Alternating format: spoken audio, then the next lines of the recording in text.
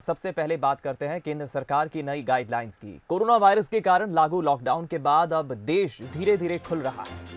8 जून से hotel, restaurant और धार्मिक स्थल आम लोगों के लिए खुल जाएंगे, लेकिन यहां जाने के लिए आपको नियमों का पालन करना होगा। इसके लिए केंद्र सरकार ने गाइडलाइंस जारी कर दी है। सरकार की ओर से जारी आदेश में कहा गया है कि कंटेनमेंट जोन में सभी धार्मिक स्थल, शॉपिंग मॉल्स, ऑफिस और होटल बंद रहेंगे और सिर्फ कंटेनमेंट जोन के बाहर के मॉल्स ही खोलने की इजाजत होगी। इसके साथ ही 65 साल की उम्र से ज्यादा के लोग, कई बीमारियों से पीड़ित लोग, गर्भवती महिलाओं और 10 साल से कम के बच्चों को जरूरी काम या स्वास्थ्य जरूरतों के अलावा घर में रहने की हिदायत दी गई है। शॉपिंग मॉल्स को भी इस बारे में ध्यान रखने के लिए निर्देश जारी किए गए हैं।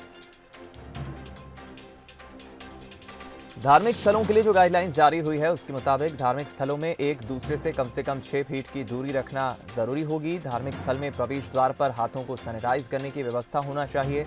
सभी श्रद्धालुओं की थर्मल स्क्रीनिंग जरूरी होना चाहिए। बिना लक्षण वाले श्रद्धालु को ही धार्मिक स्थल में जाने की इजाजत मिलेगी। अगर किसी को खांसी, जुकाम, बुखार आ रहा है तो उसे तुरंत रोक दिया जाए। फेस मास्क पहने लोगों को ही सिर्फ प्रवेश दिया जाएगा। जूते, चप्पल श्रद्धालुओं को खुद की गाड़ी में उतारने होंगे। इसके अलावा मूर्ति छूने, प्रसाद बांटने और जल छिड़कने पर पाबंदी रहेगी। भजन मंडलियों को इजाजत नहीं होगी। बैठने के लिए घर से अपना आसन या चटाई लाना होगी। होटल्स के लिए जो गाइडलाइंस हैं उसके मुताबिक होटल के एंट्रेंस गेट पर सैनिटाइजर और थर्मल स्क्रीनिंग की व्यवस्था होना जरूरी होना चाहिए। बिना लक्षण वाले ही स्टाफ और गेस्ट को होटल में एंट्री दी जाएगी। सभी को फेस मास्क लगाना अनिवार्य होगा। कर्मचारी जो होटल में काम कर रहे हैं उन्हें हाथों में ग्लव्स पहनकर काम करना होगा। वाहनों के स्टीयरिंग, दरवाजे के हैंडल, चाबियां सैनिटाइज करना जरूरी होंगे। कर्मचारी और सामानों के लिए अलग से एंट्री और एग्जिट की व्यवस्था होनी चाहिए। साथ ही होटल में एंट्री के लिए लगने वाली कतार में 6 फीट की दूरी अवश्य होना चाहिए। लिफ्ट में लोगों की संख्या कम से कम हो, इस बात का ध्यान रखा जाए। चेक इन चेकआउट के वक्त होटलों के QR कोड ऑनलाइन हो। गेस्ट की ट्रैवल हिस्ट्री क्लियर हो। मेडिकल स्टेटस के साथ साथ ID भी देना होगी। होटल के बाद अब रेस्टोरेंट की बात करें तो अगर आप खाना खाने रेस्टोरेंट जा रहे हैं तो बैठने की व्यवस्था होनी चाहिए, लेकिन सोशल डिस्टेंसिंग के साथ। डिस्पोजेबल मेनू का उपयोग करना होगा। डिजिटल पेमेंट का इस्तेमाल करना होगा। रेस्टोरेंट में बैठकर खाने के बजाय टेक अवे पर आपको खास जोर देना होगा। होम डिलीवरी से पहले होटल कर्मचारियों की थर्मल स्क्रीनिंग करनी होगी और किचन की जो व्यवस्था है वो साफ होना चाहिए, सैनिटाइज होना चाहिए। अब बात करते हैं ऑफिसों की, दफ्तरों की। दफ्तरों की गाइडलाइंस के मुताबिक एंट्री गेट पर सैनिटाइजर डिस्पेंसर का होना जरूरी होना चाहिए। थर्मल स्क्रीनिंग हो। कंटेनमेंट जोन में रहने वाले ड्राइवर गाड़ी ना चलाएं। दफ्तरों में फेस मास्क पहनना ऑफिसों में जरूरी होगा। इसके अलावा दफ्तर में विजिटर्स की आम एंट्री हो। टेम्पररी पास कैंसिल किया जाए। बैठकों को जहां तक संभव हो सके वीडियो कॉन्फ्रेंसिंग के जरिए किया जाए। दफ्तरों में कोरोना वायरस संक्रमण से बचाव के पोस्टर्स, होर्डिंग्स लगाए जाएं। इसके अलावा एंट्री गेट पर सैनिटाइजर डिस्पेंसर का होना जरूरी है। थर्मल स्क्रीनिंग की जाए। कंटेनमेंट जोन में रहने वाले ड्राइवर गाड़ी ना चलाएं। चलिए, इस खबर पर ज्यादा बातचीत और जानकारी के लिए हम रुक करेंगे। हमारे साथ हमारे सहयोगी आकर्ष शर्मा हमारे साथ इस वक्त लाइव जुड़ गए।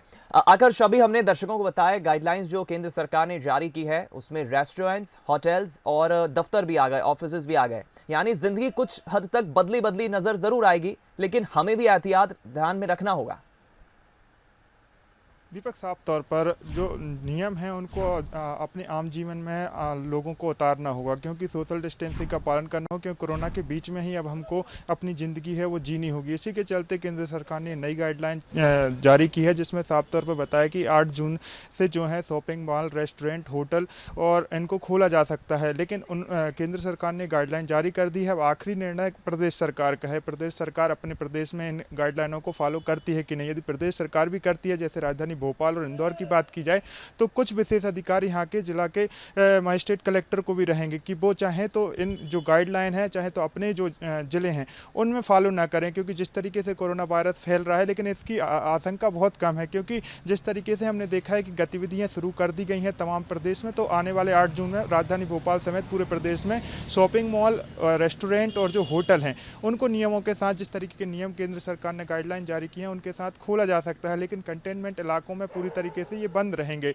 बात की जाए नियमों की तो साफ तौर पर रेस्टोरेंट की बात की जाए या शॉपिंग मॉल की बात की जाए तो 50% स्टाफ के साथ ये खोले जाएंगे। नियमों के तहत सोशल डिस्टेंसिंग का पालन करना होगा, 6 फीट की दूरी बना के रखनी होगी।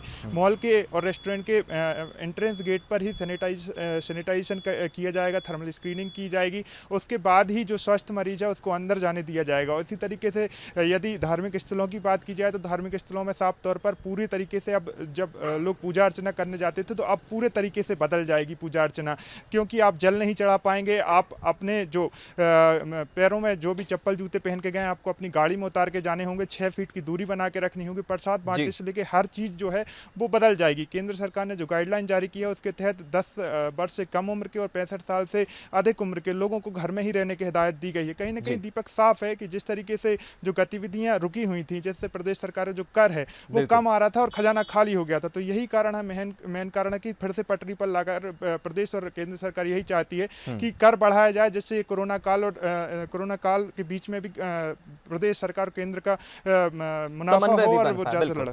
बिल्कुल ठीक कहा आपने आकाश। जाहिर है कि फिलहाल परिवर्तन तो लाना ही होगा और जो जरूरी बातें आपने बताई है ये फिलहाल इसका ध्यान रखना बहुत बेहद जरूरी हो जाता है हमारे लिए। बहुत बहुत शुक्रिया आपका बातचीत के लिए।